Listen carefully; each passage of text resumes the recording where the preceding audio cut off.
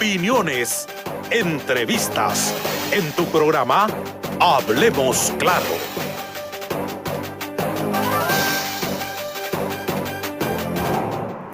Muy buenas noches, amigos televidentes. Espero se encuentren muy bien desde la comodidad de su hogar. Les doy la más cordial bienvenida en esta noche del día jueves 26 de junio del año 2025. Damos apertura a una nueva emisión de esta entrevista tan importante, Hablemos Claro, la cual, como lo menciona, llevamos estos temas de análisis y coyuntura política más actuales de momento para que usted como salvadoreño y también nuestra querida diáspora que nos acompaña a través de las diferentes redes sociales pueda conocer todo lo que está ocurriendo actualmente en nuestro querido El Salvador. En esta noche tengo un invitado muy especial que nos acompaña, un analista político de vasta trayectoria, José Valdés, bienvenido. Muchas gracias por aceptarme la invitación a Hablemos Claro. Es un gusto tenerte con nosotros. Gracias por la invitación y un placer poder compartir el set con todas las personas que siempre están pendientes del programa y dispuestos a conversar sobre lo que está sucediendo en el país. Bueno, estamos listos. Hay muchos temas de los cuales vamos a abordar, como lo hablábamos al inicio,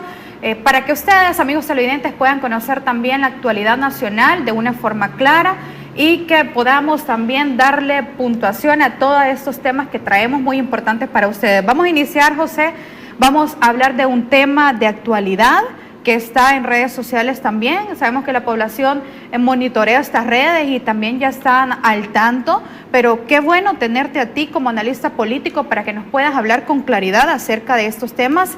Y vamos a hablar acerca de algo que como salvadoreños nos marca mucho y nos recuerda una realidad que teníamos hace pocos años, que es acerca de todo el terrorismo, de toda la criminalidad que vivimos de parte de las pandillas en El Salvador, una era que marcó una historia triste, una historia de sangre en nuestra querida población.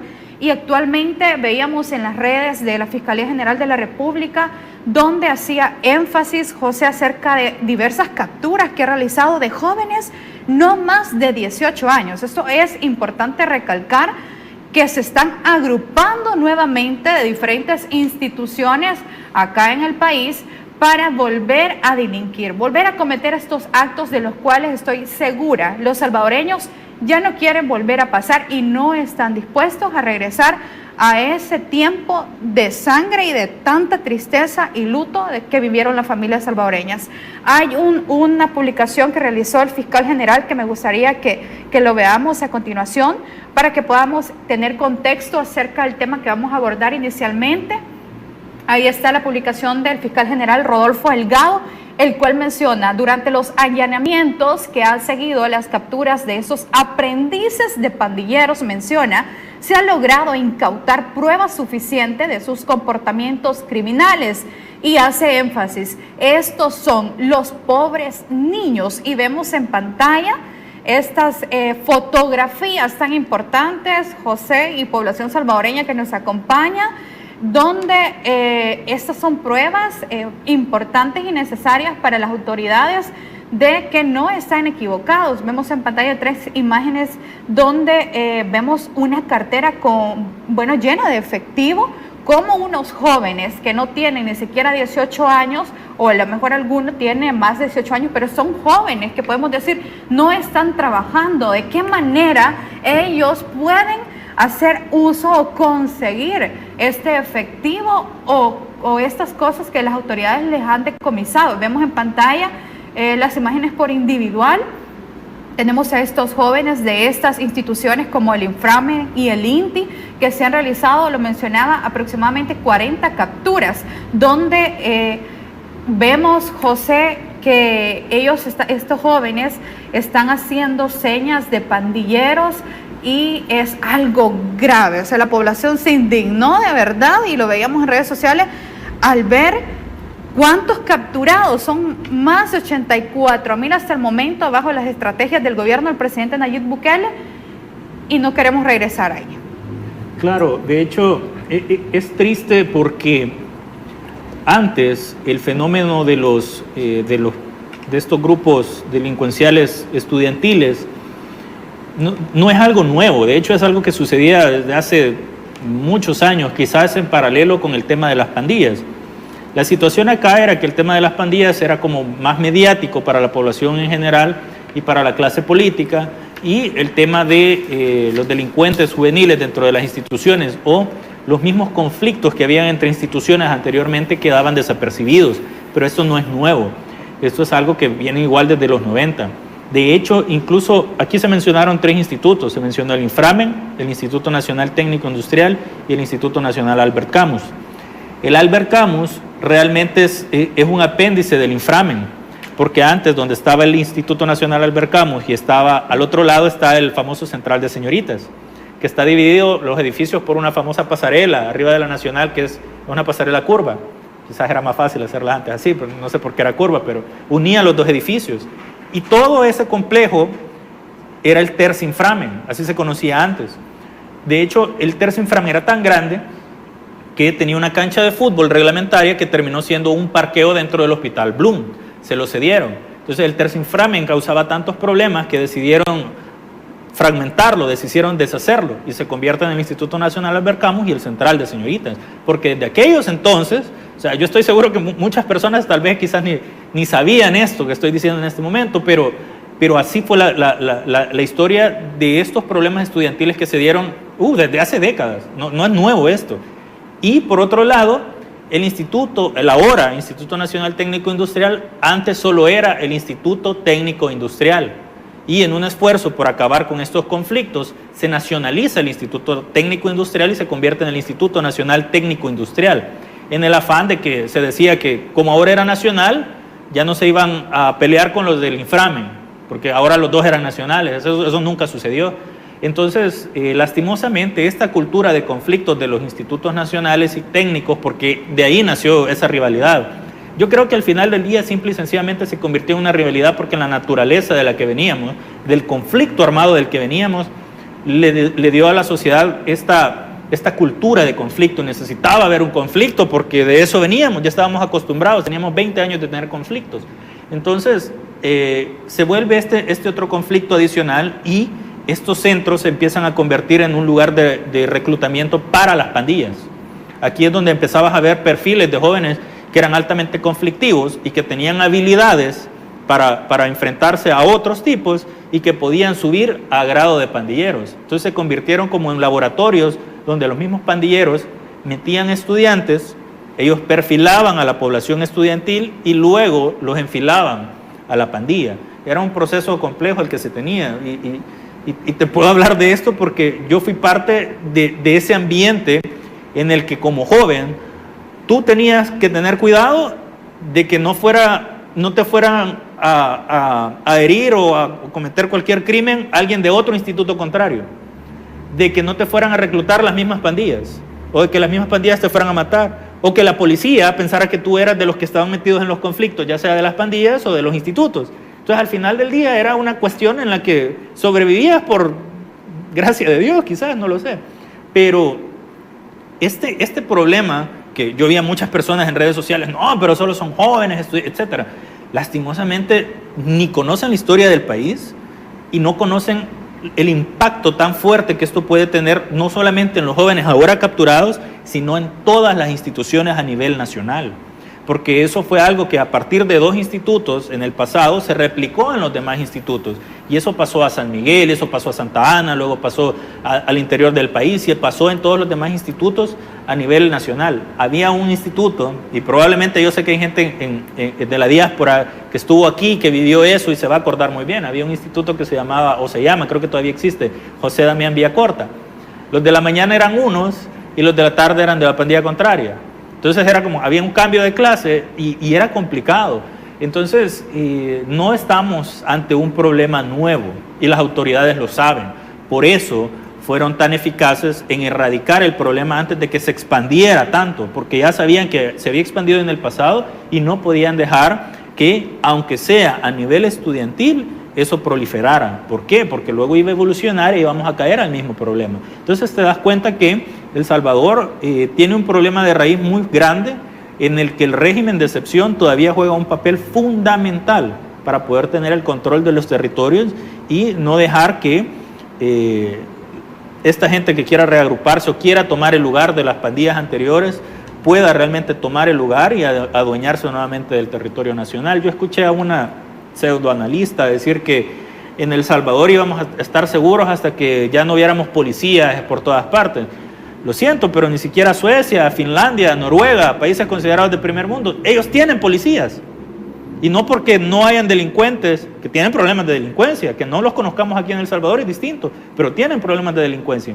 El hecho de que al final del día tú creas que seguridad es que no tengas policías, estás completamente equivocado, desconoces la naturaleza humana de las sociedades. Entonces hay mucho trabajo que hacer todavía en El Salvador, pero ya vamos encaminados a tener un país muchísimo más seguro, que en este momento ya lo tenemos mucho más seguro del que tuvimos alguna vez. Así que felicidades a las autoridades por el excelente trabajo que han hecho.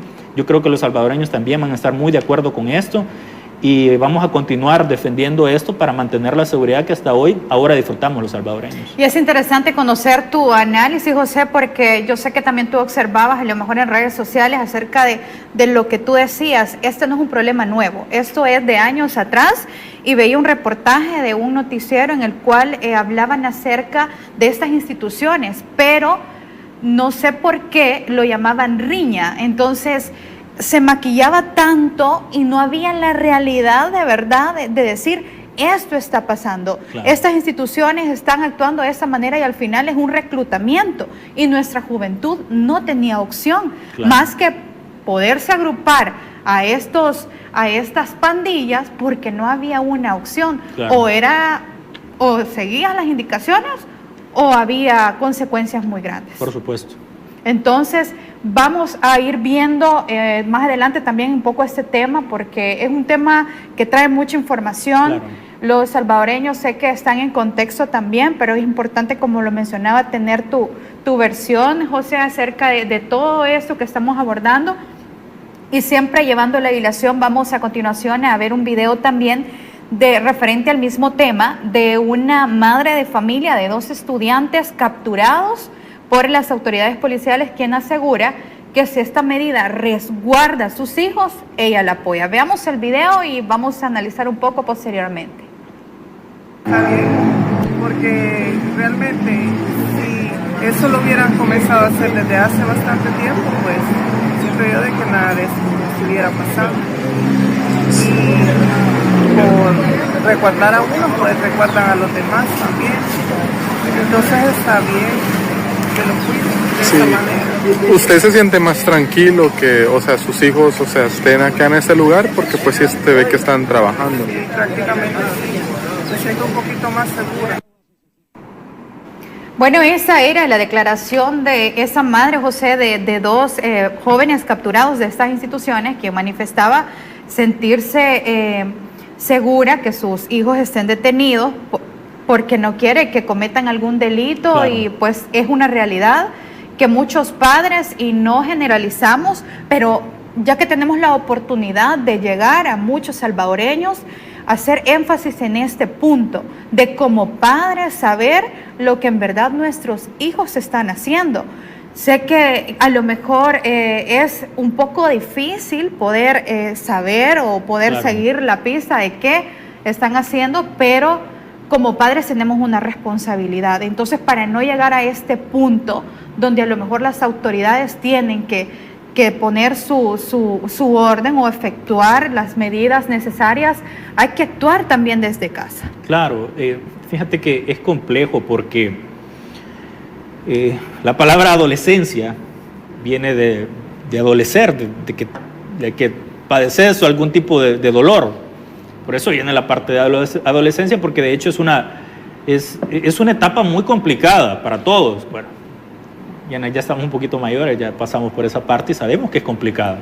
Tú llegas a tus 16, 17, 18 años y ya dejas de ser el individuo que te llevan tu cena, que te cuidan, etcétera, que pagan tus cuentas, y de repente ya tus padres, bueno, mira, ¿qué vas a hacer, verdad? O sea, ¿vas a seguir estudiando? ¿Vas a buscar trabajo? ¿Qué va a pasar? Entonces se vuelve una etapa complicada en la que obviamente el papel de los padres es fundamental, pero tenemos que entender que El Salvador ha sido una sociedad muy golpeada por diferentes temas. El tema del tejido social ha sido terrible, y cuando toco este tipo de temas, a veces con amistades, yo les digo, mira, el problema es que, por ejemplo, nosotros no podemos juzgar a nuestros padres porque desconocemos la realidad en la que ellos, por ejemplo, nos tuvieron o nos criaron. No podés saber la realidad de ellos. De hecho, muchos de nuestros padres al final del día no nos terminan contando muchísimas de las cosas que ellos pasaron para poder criarnos. Y eso es con nosotros. Ahora no digamos a título personal, ellos como padres, o sea, son seres humanos, en algún momento también fueron hijos, también fueron adolescentes, y el proceso que ellos tuvieron que pasar. Entonces, tenés generaciones diferentes en las que no puedes comparar, por ejemplo, lo que nosotros ahora sabemos o la forma en la que nos hemos formado a la forma en la que lo hicieron nuestros padres. Entonces, yo, por ejemplo, en el video veo a una madre vulnerable, obviamente, ves a una persona que le duele por lo que está pasando, obviamente, es claro, pero que tiene una noción en la que dice, bueno, o sea, si esto ha sucedido es por algo y tenemos que afrontar lo que está sucediendo, a diferencia de la mayoría de padres que caen en un proceso de negación, en las que no, mi hijo no es esto, etcétera, y es bien sabido que cada padre va a defender a sus hijos, está bien. Pero cuando los padres están muy conscientes de lo que ha sucedido, de las dificultades que ellos han tenido, de las consecuencias en las que han tenido a sus propios hijos, caen en esta realidad en la que saben que es difícil, pero hay que afrontarla. Y yo creo que todos los salvadoreños tenemos que hacer eso, tenemos que afrontar esa realidad muy lejos de las ideas que nos querramos hacer de la justicia o la injusticia, pero de alguna forma los padres tienden a saber o tener una pequeña noción de qué están metidos los hijos, y a veces el trabajo no te permite tampoco estar encima y poder criarlos como tú quisieras, porque estás en esa disyuntiva de o llevo alimento a mi casa o los termino de criar como yo quisiera. Hay gente que logra hacer un sobreesfuerzo y ahí es donde puedes hablar realmente de milagros, de una madre que logra hacer el trabajo, logra llevar el alimento a sus hijos y logra criar a sus hijos. Son milagros realmente que suceden y hay muchas familias que lo logran hacer. Pero lastimosamente tenemos que reconocer que no todos tenemos esa misma capacidad de poder lidiar con esos problemas de la misma forma, y es un problema estructural que se está tratando de solucionar en este momento. Si quitamos en este momento a estos jóvenes que se han desviado, vamos a poder salvar a todos los demás. Pero si queremos dejarlos a ellos y dejamos que se pudra toda la manzana por completo, vamos a perder toda una nueva generación de salvadoreños que lo que queremos es que sean productivos. Este año se ha anunciado que ahora todos los jóvenes del sector público van a tener becas para la universidad. O sea, ahora te lo valgo cuando vos no ibas a tener la oportunidad porque no ibas a tener el dinero, porque no te iba a alcanzar el cupo en la Universidad Nacional, porque no ibas a tener el dinero para estudiar una carrera universitaria, pero ahora sí lo vas a tener. Ahora te están dando una laptop, ahora te están dando la oportunidad, ahora te están dando el estudio completamente gratis. La universidad, la carrera profesional te la van a poder dar completamente gratis si cumplís tus notas académicas. Entonces, ahora de verdad que no vas a tener pretexto de decir, no, es que me voy a hacer delincuente. No vas a tener la posibilidad. Te lo creo si antes dijeras, no, es que ya después ya no había nada y lo único que me queda es delinquir. Pero ahora, en un mundo en el que puedes formarte, incluso desde tu celular, puedes aprender inglés, puedes aprender informática, desde que te dan la computadora para que te formes, realmente creo que es un proceso que tenemos que pasar los salvadoreños, de cambiar la mentalidad, de cambiar la visión como padres, como hijos y como salvadoreños todos, de que estamos ahora en un mundo en el que sí tenemos la oportunidad de cambiar y que elegir el camino de las pandillas, pues lo único que te va a llevar es a la cárcel. Yo espero que esto sirva de ejemplo para los demás y que vean que realmente el gobierno no está jugando, que hoy de verdad, que sirvan no solo ejemplo para los jóvenes, sino que para los padres de familia, para que estén aún más pendientes, que hagan ese sobreesfuerzo, porque de verdad vale la pena hacerlo. Entonces, yo espero que estos ejemplos al final del día no solamente sirvan para el noticiero, no solamente sirvan para el análisis, sino que sirvan para que hagan conciencia dentro de la población y cambiemos esa mentalidad como salvadoreños todos. Y como lo menciona José, es importante también recalcar todas estas medidas que el gobierno, el presidente Nayib Bukele está ejecutando, no solo para la juventud, sino también para la niñez, claro, en la cual está facilitándoles herramientas que antes, lo sabemos nosotros, era difícil, casi nulo que nosotros pudiéramos tener esa oportunidad. Sí. Se han entregado miles de becas y van a continuar haciéndolo. Opciones hay para poder escoger el camino adecuado, claro, el camino del bien y el que nuestros padres con amor nos inculcan. Siempre dándole hilación a este tema, José, sabemos que actualmente tenemos un cerco implementado, un cerco de seguridad en San Bartolo y Lopango. El presidente Nayib Bukele, a través de sus redes sociales, nos informaba también acerca de la implementación debido a que habían denuncias de parte de la población, porque si antes existía un miedo, hoy ya no hay miedo. Hoy la población ve algún mal llamado poste, ¿vea? Como le decían a las pandillas, a los que veían quién venía y quién no y daban el aviso. Ahora se está accionando para que los salvadoreños continúen con esta seguridad. Estos cercos llevan tiempo implementándose, pero sabemos que todavía hay algunos escondidos.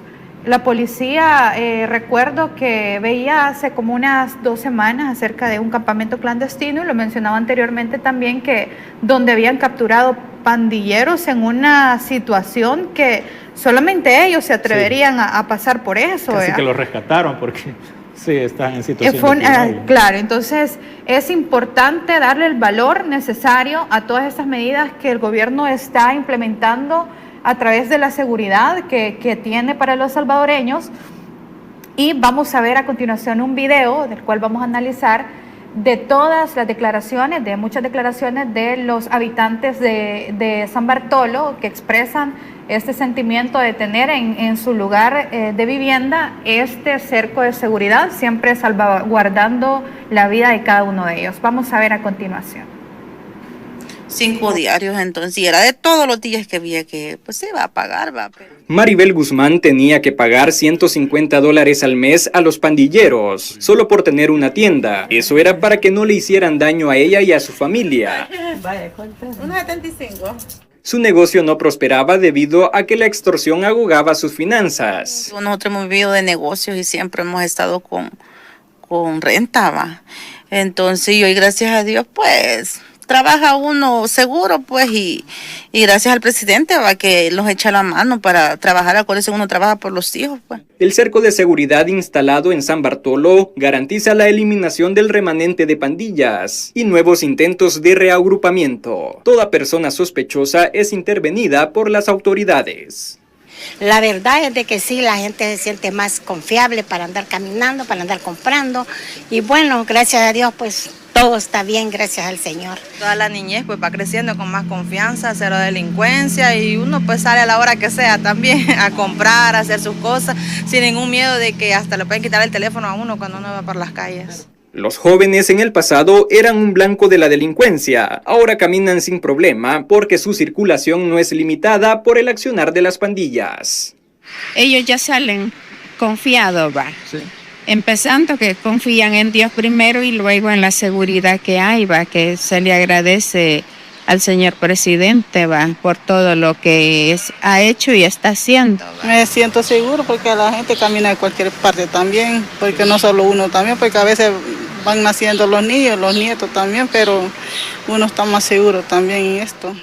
En esta fase 5 del Plan Control Territorial, la extracción de pandilleros se ejecuta utilizando herramientas claves como vehículos todoterreno y drones con alta tecnología. Kevin Castillo, Noticiero El Salvador. Bueno, estas son declaraciones de los habitantes de San Bartolo en Ilopango. Ahora pueden caminar con tranquilidad, a abrir sus negocios sin pagar la renta. Y es que ahora, José, la seguridad no es una promesa, sino una realidad en El Salvador. Claro, yo creo que, y me agrada ver este tipo de declaraciones porque contrastan realmente con el discurso que tratan de manejar en redes sociales mucha gente de oposición. De hecho, alguien, creo que es un académico de un medio escrito que nadie lo conoce más que él, y la misma gente de oposición me ponía en un tweet, en un post, en X, y me decía que lo del cerco, ya nadie creía en esas cosas, que era simplemente más marketing y etcétera del gobierno. Y casualmente ese mismo día que él me ponía esto, conversaba con un taxista que me había comentado que en la zona de Mexicanos, entre Mexicanos y Cuscatancingo, tiempo atrás, unos pandilleros lo habían dejado en coma durante 3 días. La verdad es que íbamos conversando respecto a otros temas y de repente pues en la plática apareció eso. Y él me decía que él no entendía cómo es que había gente que todavía decía que estaba en contra de lo que había estado sucediendo en el país. Y era una persona que yo estoy seguro que nunca ni me ha visto en entrevistas ni nada, ni se puso a conversar conmigo porque hablábamos de esos temas, porque la conversación de verdad que no empezó por ahí y terminó en eso. Pero cuando tú escuchas estas declaraciones, te das cuenta que la realidad es esa. La gente ahora agradece que realmente tiene esa seguridad, como tú lo dices, ya no es una promesa, la gente lo vive, está ahí. Y a mí de verdad me gustaría invitar a todas las personas que todavía que no quieran creer, nacionales o internacionales, que visiten el mejor caso que hay en el país, que es La Campanera. En La Campanera en este momento se mantiene un proyecto que está fijo ahí, que se están manejando muchísimos temas todavía para la reconstrucción del tejido social. Hay muchos problemas que arreglar porque fue una comunidad que prácticamente que vivió fuera del país, no estaba en territorio salvadoreño, era control completo de las pandillas. Y hay muchísimo trabajo que hacer ahí, y hay muchísimo trabajo que hacer en diferentes comunidades. Por eso la gente de San Bartolo pedía el cerco de seguridad, porque al final del día saben que todavía hay esa cultura pandilleril, hay muchas familias que vivieron y crecieron con eso, que se formaron con eso, que probablemente la abuela, la tía, los hijos, crecieron y únicamente conocieron esa cultura y no saben vivir de otra forma. Entonces, hay temas muy profundos todavía en la sociedad salvadoreña que quizás no los logramos dimensionar, que no lo lograrías dimensionar ni en un reportaje, ni en un video, ni en una sola declaración. Tendrías que llegar al lugar y darte cuenta realmente de los problemas tan profundos que todavía hay que solucionar en este país. Yo creo que lastimosamente, como te repito, no se puede dimensionar. Por más que quieras hacer un documental completo de 20 o 40 capítulos que querrás hacer, no lo vas a lograr dimensionar hasta no estar ahí. Entonces, tú escuchas, por un lado, a una madre de familia que dice, bueno, si mis hijos cometieron algún tipo de delito, algún crimen, pero los tiene la policía y están seguros de que no van a sufrir tal vez una muerte, no van a sufrir tal vez estas iniciaciones que hacían las pandillas y todo este sufrimiento que conlleva involucrarse en esto, y que por otro lado tenés gente que está contenta por la presencia de policías, de militares, que ahora cumplen los protocolos internacionales de seguridad, no como antes, que de hecho pues no se cumplía. Incluso se daban muchísimos casos donde habían policías y militares que abusaban de la autoridad que tenían, porque al final del día ni siquiera los propios jefes tenían autoridad sobre la autoridad que te brindaba seguridad. Y eso fue un discurso también que quiso imponer la oposición y que no les funcionó. La gente ahora respeta a la autoridad, la gente ahora ayuda a la autoridad, y hay un gran respeto por los agentes de seguridad en el país. Entonces, cuando tenés toda esta noción y te puedes dar cuenta, no por lo que yo diga, no por lo que nosotros presentemos, sino en la realidad, en la calle, en el día a día, y lo que se ve reflejado después en las encuestas o se ve reflejado directamente en las elecciones, en las votaciones, ahí te das cuenta la ponderancia que tiene la población salvadoreña respecto a lo que se ha logrado en el tema de seguridad. Hay un dato que siempre me gusta darlo, han sido 2.7 millones de salvadoreños los que votaron por el presidente Nayib Bukele en la última elección. 2.7 millones, estás hablando prácticamente 3 millones de salvadoreños que votaron a favor de mantener la seguridad, que votaron a favor de mantener los planes de gobierno que se quieren hacer, y creo que es el punto que tiene la población en común en este momento, al menos la mayoría, de continuar el camino que los salvadoreños han elegido respecto al tema de seguridad. Hablemos un poco acerca sobre los partidos de oposición en nuestro país, que es una realidad también. Me llamaba la atención acerca de algo que veía en redes sociales sobre la diputada Claudia Ortiz del partido Vamos, donde recibió a familiares integrantes de Móvil que iban rumbo hacia la asamblea, protestando por el tema del régimen de excepción, porque quieren que ya no existe el régimen de excepción, que es una medida de la que los salvadoreños han expresado, se sienten seguros. Claro, fíjate que para contextualizar eso, creo que Canadá había sacado una alerta para El Salvador de que no se garantizaban los derechos, etcétera, y casualmente el día que estaban sacando eso, yo estaba en una entrevista con un periodista canadiense en el centro histórico. Y estábamos en la calle, pues, porque llegamos a un café, pero estábamos en las mesas de afuera. Y él se sentía completamente seguro y le mandé el reportaje. Mira, en Canadá, en tu país, están diciendo que El Salvador es seguro. Y me puso una expresión en francés, porque es de la parte de Quebec, de Canadá. Y me dijo que era ridículo, porque él estaba acá, ¿verdad? Entonces no veía él ningún peligro. Por el contrario, me dijo que a él le tocó celebrar Navidad en la clandestinidad en Canadá, por el tema de la pandemia, y fue un tema muy fuerte para los canadienses. Y me dicen, no, ahora Canadá prácticamente, en palabras de él, es un régimen, me lo dijo él, pues, pero cada quien ponderará eso al respecto. Entonces, cuando vemos esta clase de discursos, al final del día, la población lo puede vivir, puede ir a la calle y puede decir, bueno, o sea, sí vivimos en libertad o no vivimos en libertad, pero el hecho de querer plantear que el régimen de excepción te quita libertades o te quita garantías, la gente en las iglesias se puede reunir. O sea, la gente tiene esa libertad de poder reunirse. Quienes no tienen libertad de reunirse son los criminales, como lo vimos con los estudiantes. Ellos no tienen libertad de poder reunirse, pero o sea, no hemos visto un caso donde la policía ha llegado, por ejemplo, a una boda. Mire, el régimen de excepción está aquí, usted no se puede reunir pues para casarse. Eso no lo hemos visto. O sea, es ridículo incluso el tipo de argumento que hacen. Pero sí hay que entender que los partidos de oposición van a hacer lo imposible por sacar la raja política que puedan. Y hemos visto incluso en ciertas concentraciones de esta gente que tiene familiares capturados por el régimen de excepción, que están en algún proceso en este momento judicial, que incluso ellos han expresado el repudio a la misma clase política, que han intentado sacar alguna clase de raja política. Hemos visto, por ejemplo, a este señor Ronald Umaña, que en las mismas, y lo digo con propiedad, en las mismas manifestaciones, le mire, ¿usted qué hace aquí? Pues mejor sálgase, váyase por otro lado, y les toca irse a un lado. Entonces la gente también está cansada de eso. La misma gente de oposición, porque están altamente divididos, están altamente fraccionados. Y sabemos que los partidos de oposición que todavía tienen alguna clase de presencia en la Asamblea Legislativa, lo único que quieren es tratar de mantener ese privilegio que tienen de estar en la Asamblea Legislativa. Y saben que los votos van a estar con esta población que está descontenta porque les han metido presos a los mismos familiares o los mismos pandilleros que están ahí. Entonces van a intentar ver de qué forma obtienen alguna clase de rédito político ahí. Es una pena, pues, porque la verdad es que deberían estar buscando el rédito político con la gente de bien, con la gente que realmente está pagando sus impuestos, con la gente que está queriendo un mejor El Salvador, con la gente que está disfrutando esta seguridad.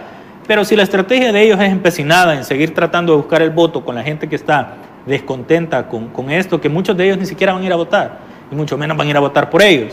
Entonces, porque ellos tienen sus propios problemas, están enfrentando problemas muy complicados. Muchos de ellos probablemente se acostumbraron a vivir de la misma extorsión que su familiar cobraba y tenían la vida mucho más fácil. Ahora les toca hacer otro tipo de actividad que no es tan glamurosa y que no obtienen los mismos ingresos económicos como antes y ya no viven la vida que tenían antes. Entonces van y reclaman por esto. Pero es lamentable que la clase de oposición que tenemos. No lo digo ni siquiera porque no me agrade la oposición, sino porque en un país sano deberíamos tener una oposición propositiva. Una oposición que esté con la población, pero que te diga formas de mejorar lo que ya se está haciendo bien. Y no solo atacar. Y no solamente atacar, pero ahora tenés una oposición que simple y sencillamente ataca lo que se está haciendo bien. Discúlpame, pues, pero debería de haber un criterio en el que digas, está bien lo que están haciendo, pero podríamos hacerlo mejor de esta forma.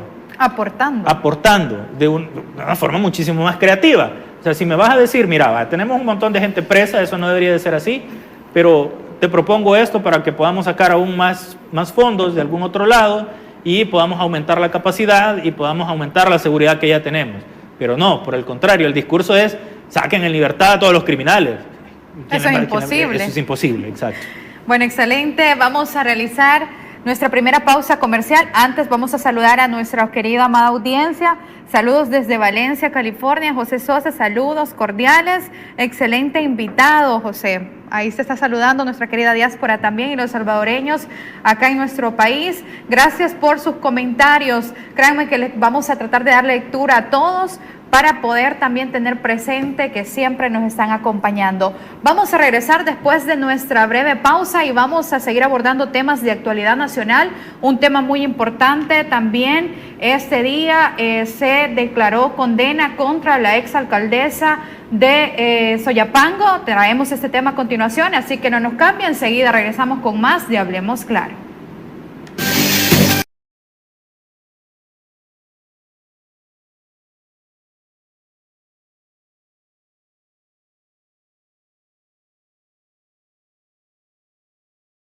Si usted tiene una casa y la quiere vender o alquilar, en Inmobiliaria Salgado le ayudamos a buscar un buen cliente que le pague su alquiler al día.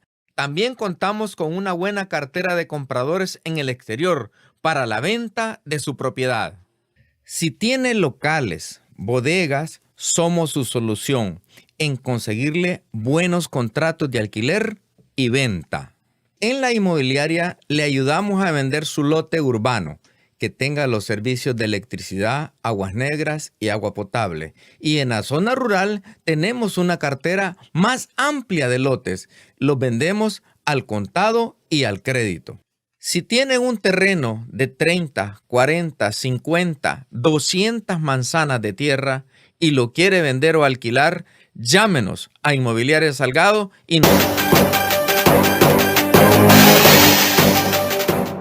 Continuamos con su entrevista en Hablemos Claro. Esta noche nos acompaña un invitado muy especial, José Valdés, analista político. Estamos abordando temas de actualidad nacional y a continuación, José, vamos a hablar acerca de los 10 años de cárcel para la ex alcaldesa de Soyapango por corrupción, Nercy Montano. Había declaraciones, publicaciones en redes sociales y es una realidad que estamos viendo donde la corrupción se está combatiendo, venga de donde venga. Vemos en pantalla una publicación que realizaba la Fiscalía General de la República precisamente esta tarde, donde anunciaban la condena contra la exalcaldesa de Soyapango, Nercy Patricia Montano. La Fiscalía demostró durante el juicio que la exalcaldesa decidía de forma arbitraria en qué se utilizarían los fondos municipales, priorizando eventos artísticos o fiestas patronales sobre el pago de las prestaciones de ley a los trabajadores municipales. El monto total malversado asciende a $282,621.52 y las investigaciones contra la exalcaldesa de Soyapango iniciaron luego de las denuncias interpuestas por los mismos empleados de la comuna, quienes señalaron el impago de prestaciones laborales y de salarios durante el año 2022. Y acá vemos a continuación, en la publicación también se señala a involucrados particulares y ex empleados de la municipalidad, donde también esta tarde las investigaciones por parte de estas autoridades determinaron que Roque Baires asistía a las reuniones del Consejo y emitió opiniones jurídicas y asesorías a cambio que la exalcaldesa lo nombrara jefe de transporte. Consta el proceso que Nercy Montano adjudicó ilegalmente un proyecto al señor Ricardo Baires, quien también fue condenado esta tarde.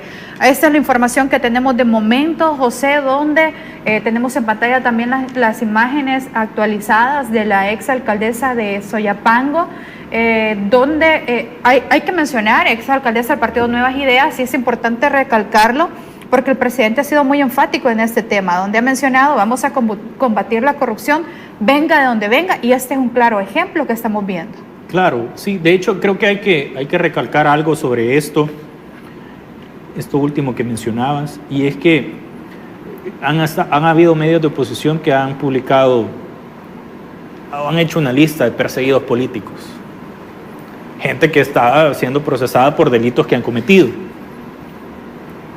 Pero irónicamente a la exalcaldesa de Soyapango no la sacan en ese listado. Al director, bueno, era, si mal no recuerdo, el título estaba en el área de proyectos estratégicos del gobierno. El secretario de proyectos estratégicos, el director de Bandesal, los dos exdiputados de Nuevas Ideas. A ellos no los sacan como perseguidos políticos, pero hay gente que también se les ha procesado por delitos. Entonces, para ellos es como, es que los de nosotros sí, ellos sí son perseguidos políticos, sí, tal vez cometieron delitos, pero son perseguidos políticos, pero los de ustedes no, los de ustedes son delincuentes.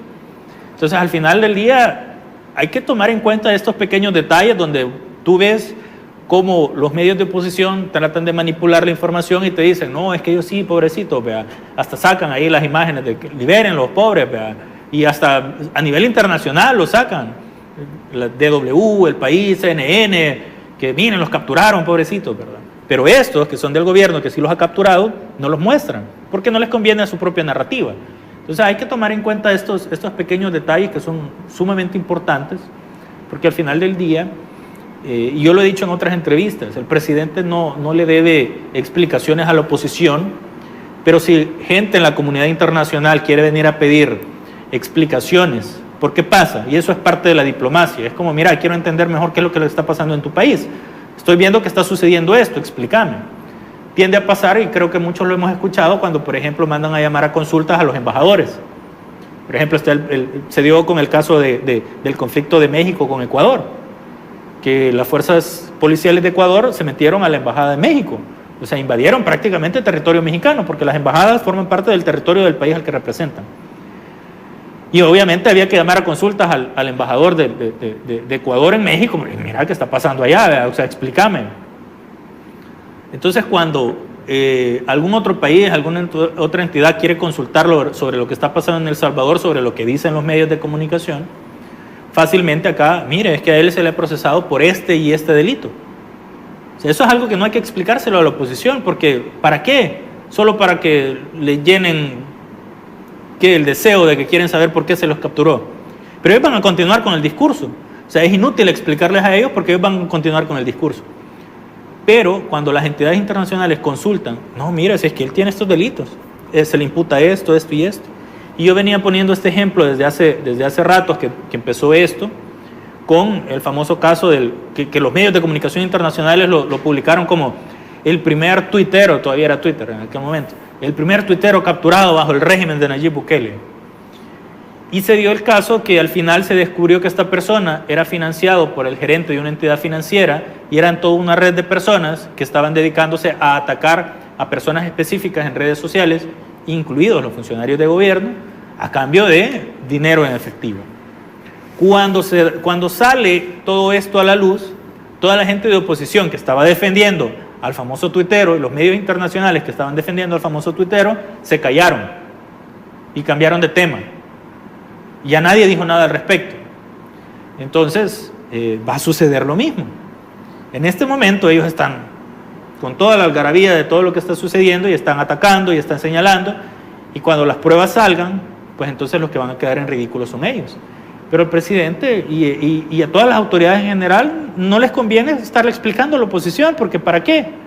Hay que dedicarse a lo que realmente tenés que hacer, a las cosas importantes, al tema de economía, educación, salud, etcétera. No estarle explicando todos los días qué es lo que estás haciendo a la oposición. Cuando entidades internacionales quieren saber más acerca de lo que está pasando en El Salvador, a ellos sí se les explica, mire, está sucediendo esto. Ah, ok, ya, tenés razón. Entonces no nos metemos, no hay ningún problema. Entonces, al final del día, estas entidades internacionales y estos organismos ven y se dan cuenta que realmente lo que está sucediendo o lo que están haciendo estos medios son ataques totalmente sesgados.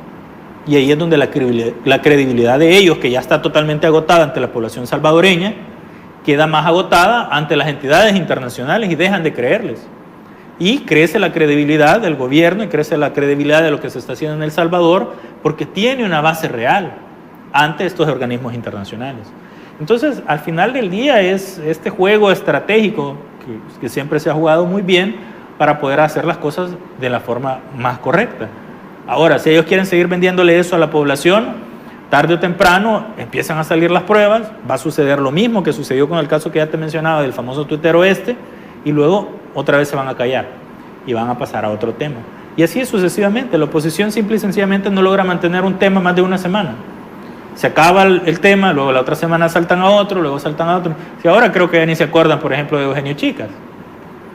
Ya no se acuerdan, ya no hay rótulo, ya no hay nadie reclamando por la libertad de él. ¿Por qué? Porque al final a ellos ni siquiera les interesa. La gente de Cristo Sal creo que se va a dar cuenta que la misma población, a la misma gente de oposición, de repente ya no se acuerda de los mismos casos que están sucediendo dentro de Cristo Sal. ¿Por qué? Porque realmente no es que les importe, sino que simplemente es un tema para atacar al gobierno. No tienen ninguna lucha, de verdad que de fondo la oposición no lucha por nada. Lucha única y exclusivamente por estar en contra del gobierno. Pero luchas reales no tienen. Y bueno, y con esta información, José, que ha demostrado que cero impunidad en el nuevo El Salvador, claro, que ahora tienen todos los salvadoreños, porque no se va a tolerar ninguna corrupción, venga de donde venga. Por supuesto. Y vamos a hablar también acerca de el abogado Enrique Anaya, un caso muy sonado también en redes sociales. El día martes se instaló la audiencia inicial contra Salvador Enrique Anaya, acusado de lavado de dinero y activos. De acuerdo con la Fiscalía, estos delitos se cometieron entre el año 2015 y 2014. Vamos a ver imágenes a continuación acerca del desarrollo también de este juicio. Fue el día martes, donde se declaró detención provisional para el abogado durante 6 meses para previa investigación y poder llevar este caso de la manera más correcta, con las instancias también adecuadas en esta acusación grave de estos delitos que actualmente se le acusa, y pues también se va a demostrar de su inocencia o culpabilidad, pero esto lo va a decretar las autoridades competentes que están a cargo de este caso. Pero me llama mucho la atención, José, que en redes sociales también se le llama como un capturado político. Entonces es importante conocer también el análisis que tienes tú sobre este caso.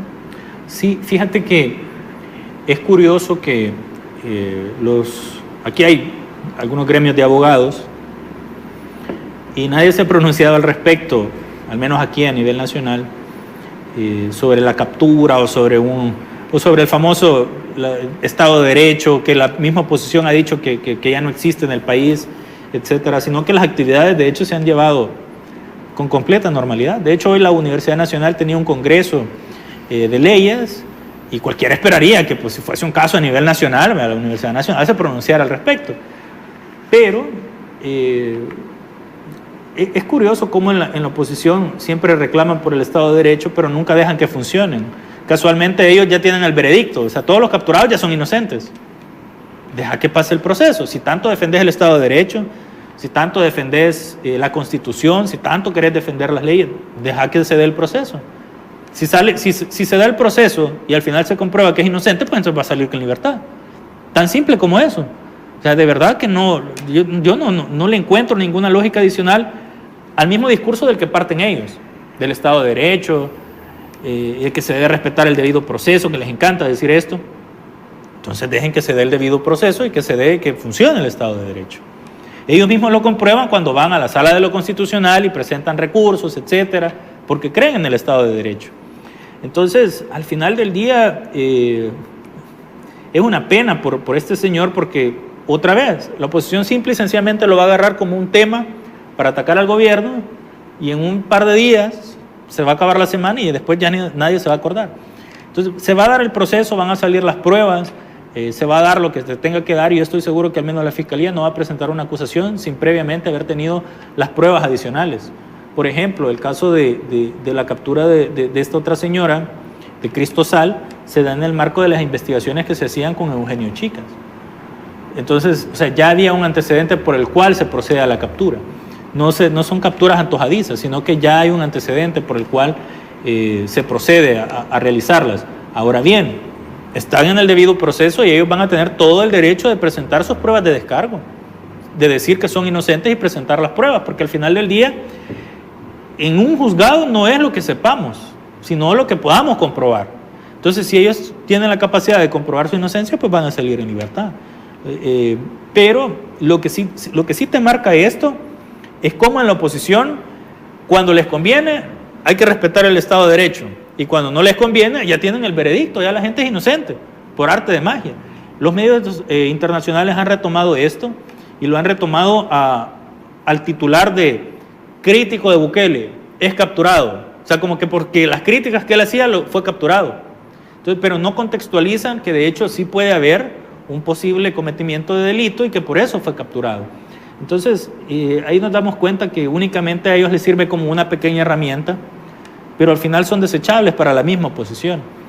Ellos saben los delitos que han cometido, y creo que al final del día tratan de escudarse también en esto para poder decir, es que como a mí me capturaron porque yo lo criticaba, como se dio el caso también de otro sujeto, que él mismo aceptó que había cometido una estafa, y luego apareció que era un defensor de derechos humanos, porque había perdido el juicio y tenía que pagar alrededor de $50,000 a las personas afectadas. En palabras de él mismo, él aceptó que había cometido una estafa, pero luego era un defensor de derechos humanos, que en el grupo en el que estaba, 2 de las personas que estaban con él al final huyeron del país. Entonces, cuando vos unís todos estos puntos y te das cuenta del trasfondo que hay, vos decís, o la población en general saca la conclusión, ¿Es un perseguido político o realmente es un delincuente que se trata de esconder o de escudar bajo el título de perseguido político? En este caso estoy seguro que más allá de incluso del mismo juicio o de la misma condena que esta gente pueda llegar a tener, la misma oposición va a ser quien los va a terminar juzgando cuando deje de defenderlos. Porque cuando la oposición que se pasa defendiéndolos luego los deja de defender, es porque incluso la oposición se da cuenta que estaba defendiendo delincuentes. Y eso ya sucedió anteriormente, no es la primera vez que sucede y no va a ser la primera vez que va a suceder. Porque en ese afán de querer atacar al gobierno, cometen esta clase de equivocaciones, terminan defendiendo delincuentes y cuando se dan cuenta que estaban defendiendo delincuentes, retroceden, cierran la boca y pues tratan de lavarse las manos al respecto. O ya no publican, José. O ya no publican, se les va el internet. Hablemos, José, acerca de una publicación de por la portada del diario de hoy, que salió ese día, donde ellos ponían ahí en su título, El Salvador entre los países con riesgo muy alto de tortura, dice en pantalla, fuertes declaraciones también, y ahí ponían estas imágenes ellos, pero me llamaba la atención, José, lo que mencionan, El Salvador entre países con riesgo muy alto de tortura. ¿Qué podemos decir acerca de esto? ¿Es la realidad que ellos quieren vender internacionalmente, vender como un país, o que los salvadoreños están siendo torturados? Bueno, de verdad que la verdadera tortura acá es estar escuchando a la oposición, porque bueno, la fuente de este titular es una organización mundial de estudios contra la tortura o algo así. Entonces, cuando vas a ver quiénes son los miembros de esta organización mundial, te das cuenta que los miembros representantes aquí en El Salvador es Cristosal. Y está en el sitio web, la gente lo puede buscar. Obviamente eso lo va a omitir el diario de hoy. Pero vos podés ir y podés buscar en internet el sitio web de ellos, buscas los miembros y te das cuenta que el miembro en El Salvador es Cristosal. Entonces el titular pasa de Cristosal a la Organización Mundial contra la Tortura y de esa organización al diario de hoy. Entonces, para eso mejor lo hubieran hecho de una sola vez. Cristosal le dijo al diario de hoy que El Salvador es el mejor en torturar gente, no lo sé, como quieran plantearlo ellos.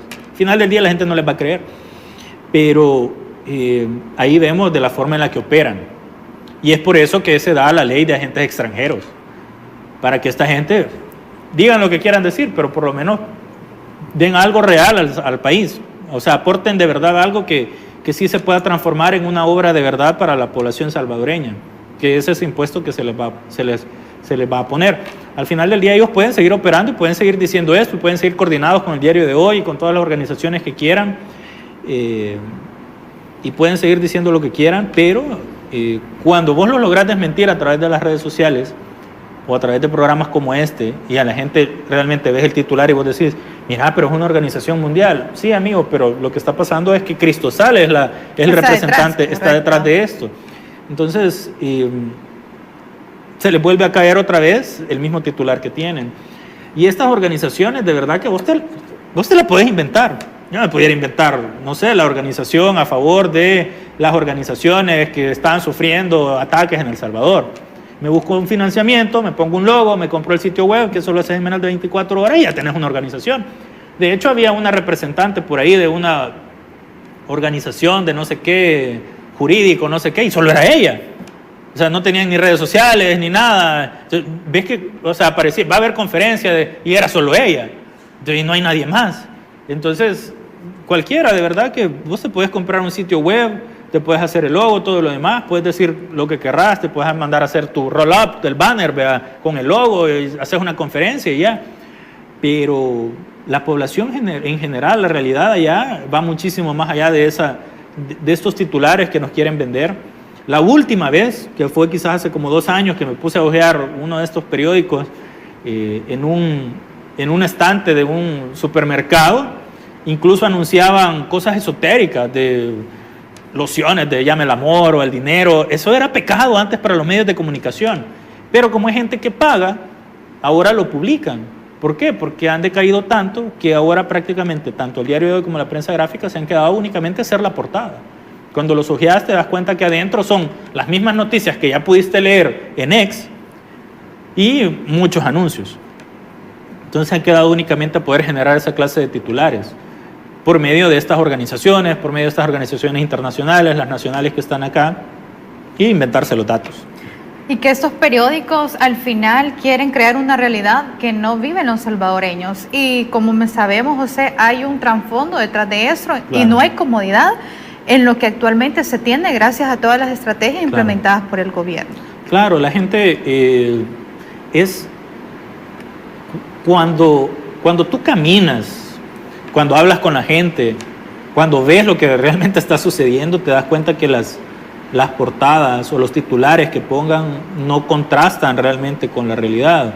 Ahora el diario de hoy, de hecho, ha cambiado a su jefe de la sala de redacción, que es una persona que es un académico, que se jacta de conocer mucho de las redes sociales y se jacta mucho de conocer la naturaleza del ser humano, la sociedad como tal, pero lastimosamente, y de hecho publicaba algo respecto a que había un síndrome en redes sociales del empleado del mes, como a ver quién quedaba mejor con el presidente. Ese era su planteamiento, ¿verdad?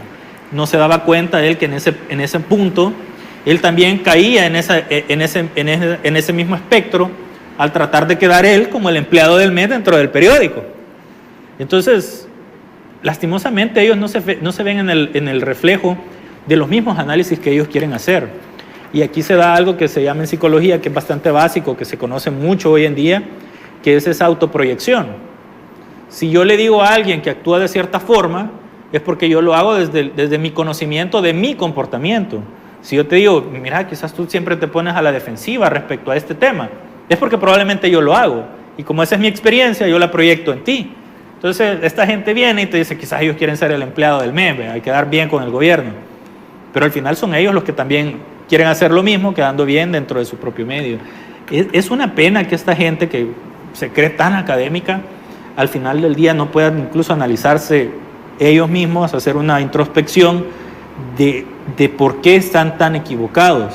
Porque creen saber tanto en la teoría que lastimosamente no leen la realidad, que es donde al final del día suceden las cosas. Yo siempre he dicho que las encuestas son un arma de doble filo, porque tú estás muy sujeto incluso a la persona que te hace la pregunta. Esto es algo bastante abstracto en el momento, incluso en el momento en que la persona con qué tono de voz te hace la pregunta. ¿Usted cree que en El Salvador estamos muy mal? Entonces, incluso vos como, sí, yo creo que estamos mal, ¿vea? Porque incluso yo siento que quizás él se siente mal, ¿vea? Entonces, que vos querés empatizar con las personas. Es de forma natural que lo hacemos. Pero siempre he visto este tipo de instrumentos de esa forma. Vos no sabés el contexto en el que te estaban preguntando. Vos no podés conocerlo. Entonces el margen de error es muy alto. Entonces la misma gente que ponía este titular que tú nos presentabas aceptó que había dado una declaración en una entrevista en la que decía, no, el presidente hoy que se alegre si logra sacar por lo menos un 6. Luego dijo que se equivocó, porque había votado prácticamente todas las encuestas, una tendencia que él traía de las mismas encuestas que había hecho. Entonces, al final del día es una pena que esta gente que se dice académica no haga un análisis sobre lo que ellos mismos publican. Es de verdad una pena porque pues desacredita a la academia en general en el país. Excelente análisis, José. Llegamos al final de nuestra entrevista. Gracias por compartirnos todo el conocimiento. Sé que la población, nuestros amigos en redes sociales están muy pendientes, te mandan saludos. Excelente panelista, excelente invitado. Gracias a todos por habernos acompañado y gracias a ti, José, por haber compartido esta hora de completo análisis y toda la información que compartías con nosotros. Gracias a ti por la invitación y gracias a las personas que siempre están pendientes del programa y la invitación para que lo compartan, para que lleguemos a más salvadoreños. Un gusto. Feliz noche. Gracias. Bueno, y de esta manera nos despedimos de ustedes. Muchas gracias por habernos acompañado en una entrevista más de Hablemos Claro. Nos vemos el próximo martes de 8 a 9 con un nuevo invitado, siempre compartiendo temas de coyuntura nacional para todos ustedes, nuestra amada audiencia. Pasen una feliz noche. Bendiciones. Debates.